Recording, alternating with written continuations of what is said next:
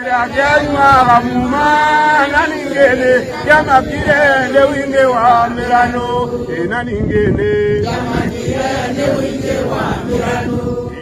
October 31st, 1920, Kenya received one of its gallant sons, Dedan Kimathi, in Tegenge village, Tetu constituency in Nyeri County.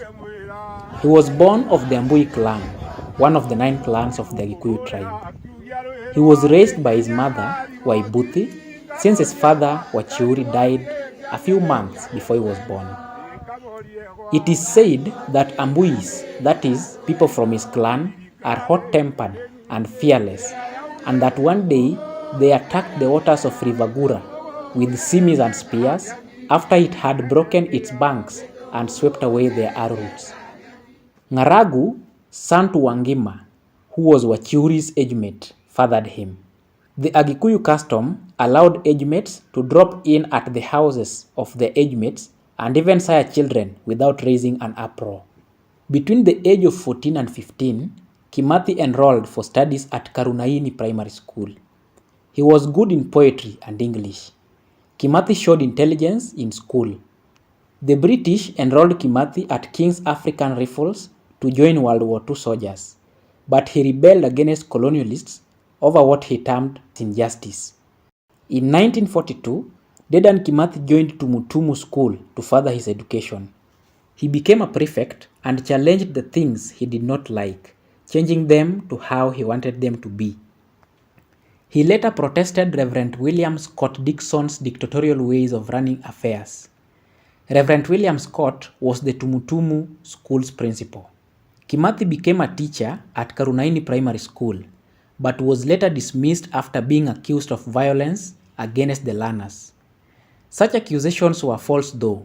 The main cause of his dismissal from this school was as a result of his rantings about the school's administration.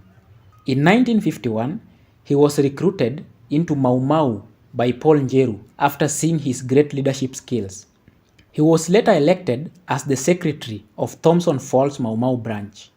He took the Mau Mau activities so serious that he became a fierce oath administrator. Christian groups, which were European missionaries, played a big role and acted as the African public's mouthpiece. Such associations brought to life parties like Harry Thuku's East African Association, which was formed in 1921. East African Association fought for a better pay for African workers.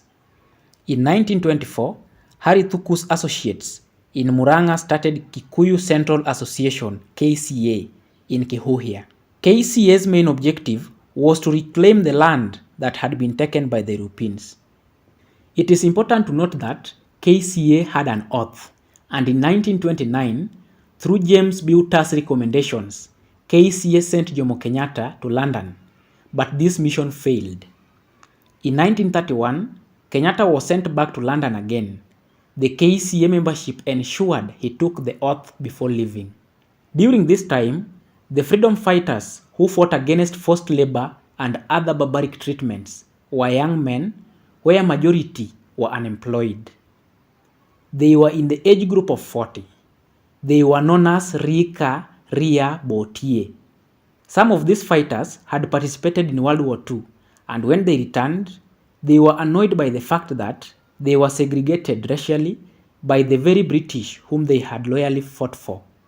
In 1952, July 26th, Jomo Kenyatta chaired a rally of the Kenya African Union Cows Freedom Fighters at Ruringu Showground. The fighters reiterated that armed struggle was the only language that the British understood. 1 month later, KAU organized a 3-day conference for its delegates. During this conference, Jomo Kenyatta advocated for non-violence. This angered the freedom fighters, who forced him out of the chairman's seat as a result. During the October 1962 state of emergency, Kapenguria 6, namely Bildad Kagia, Kungu Karumba, Achieng' Oneko, Paul Ngei, Fred Kubai and Jomo Kenyatta were arrested. With them behind the bars, the colonial government was plotting for a succession plan. It is also important to note that there existed bad blood between Jomo Kenyatta and the KCA. During this time, Kimathi's activities with the Mau Mau had made him a target of the colonial government. He was arrested but later escaped through the help of a local officer. The Mau Mau members settled on Dedan Kimathi to take over from Kenyatta. Kimathi had become popular among the Mau Mau after his arrest. This didn't augur well with the colonial government though. They wanted to groom a man who would bring about a political balance when they give out power. They desired to have someone like Jomo Kenyatta. The crackdown on Mau Mau was at the apex and an intensive manhunt mission was launched against Kimathi. This mission was led by Ian Henderson, who was a colonial police officer. A number of Kenyans joined tribal police in 1940.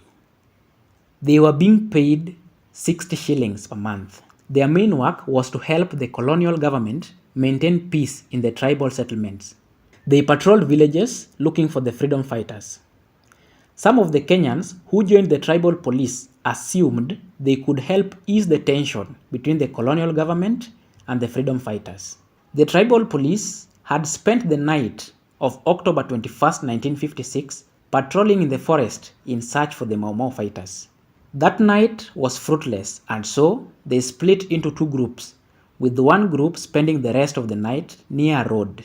This group that slept near a road consisted of Ndirangu, who was a tribal police, and Njiru, who was a home guard. At around 6:30 in the morning, Ndirangu and his colleague peeped at something, and looking carefully, they realized he was a man trying to cross a ditch carrying a bundle. They shouted at him to stop, but he started running away. Ndirangu fired at him, but the shot missed. He ran after him and shot for the second time, but missed again, as the man ran into the woods. Ndirangu ran after him and fired for the third time. Luckily or unluckily, he caught him this time round. Reaching where the man was, he found him lying in a ditch, wearing a leopard skin with a panga on one hand. Ndirangu couldn't tell who this man was, until when he asked, and the man revealed to him that he was Kimathi. Ndirangu was so shocked and was silent for a while. They had a short conversation after, and he admitted to Kimathi that he was the one who shot him. Ndirangu called for a backup and many other tribal police appeared. They carried Dedan Kimathi to Ihururu camp using a stretcher made of wood. Leaflets with news about Kimathi's capture were printed in plenty by the colonial government. About 20,000 were made in Swahili and over 100,000 in Gikuyu. The leaflets were distributed in Rift Valley, Central, and the neighboring provinces. This was meant to demoralize the other freedom fighters. Kimathi's capture was so significant to the colonial government, and Ndirangu, who aided in this, was appreciated by being awarded 500 British pounds. Kimathi was accused of being in possession of a firearm. During his capture, he had no firearm though. What do you think happened in between his capture and the court session for him to be charged for being in possession of a firearm? Your guess is as good as mine. November 27th, 1956, Judge Okono sentenced Kimathi to death by hanging. Kimathi appealed, but his appeal was later dismissed. Kimathi was executed by hanging on February 18th, 1957 at Kamiti Prison. Kimathi paid the ultimate price for Kenya's liberation.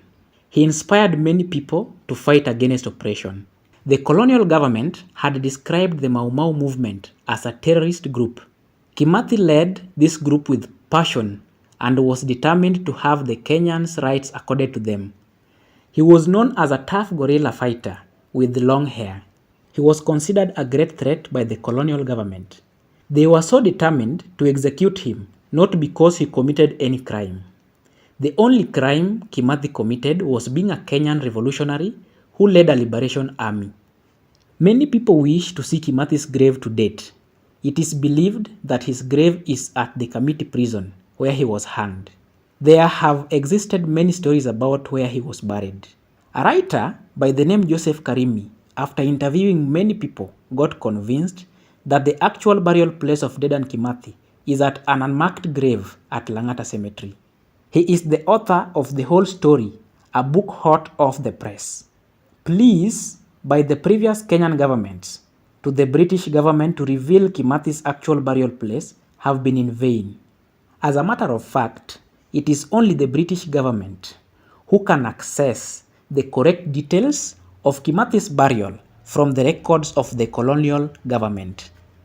Places named after this gallant son of Kenya and Africa at large include Dedan Kimathi University of Technology in Kenya, Kimathi Street in Nairobi, Kenya, Dedan Kimathi Road in Lusaka, Zambia, Kimathi Avenue in Kampala, Uganda, Dedan Kimathi Street in Mpumalanga, South Africa, and Kimathi Crescent in Mwanza, Tanzania.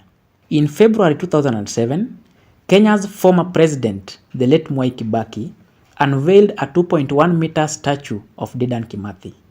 This statue was erected and exists to date in Nairobi at the junction of Kimathi Street and Mama Ngina Street.